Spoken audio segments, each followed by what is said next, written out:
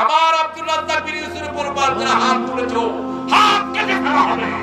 বাংলাদেশের একজন খ্যাতনামা আলেম আব্দুর রাজ্জাক বিন ইউসুফ, শেখ আব্দুর রাজ্জাক বিন ইউসুফ হাফিজাহুল্লাহ, একজন বড় শায়েখ, শায়েখ আব্দুর রাজ্জাক বিন ইউসুফ, আলেম দ্বীন শেখ আব্দুর রাজ্জাক বিন ইউসুফ হাফিজাহুল্লাহ।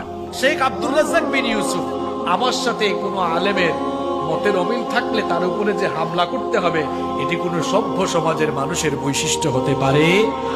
বাংলাদেশের সবচেয়ে বড় আলেম, যিনি সবচেয়ে বেশি হাদিস নিয়ে গাটাগাটি করেন, যিনি কোনোদিন বানানো কথা ময়দানে বলেন না, রাজ্জাক বিন ইউসুফের উপরে যখন হামলা করা হয়েছে, আল্লাহর কসম আমি মোল্লা নাজিমের কলিজা চূর্ণ বিচূর্ণ হয়ে গিয়েছে।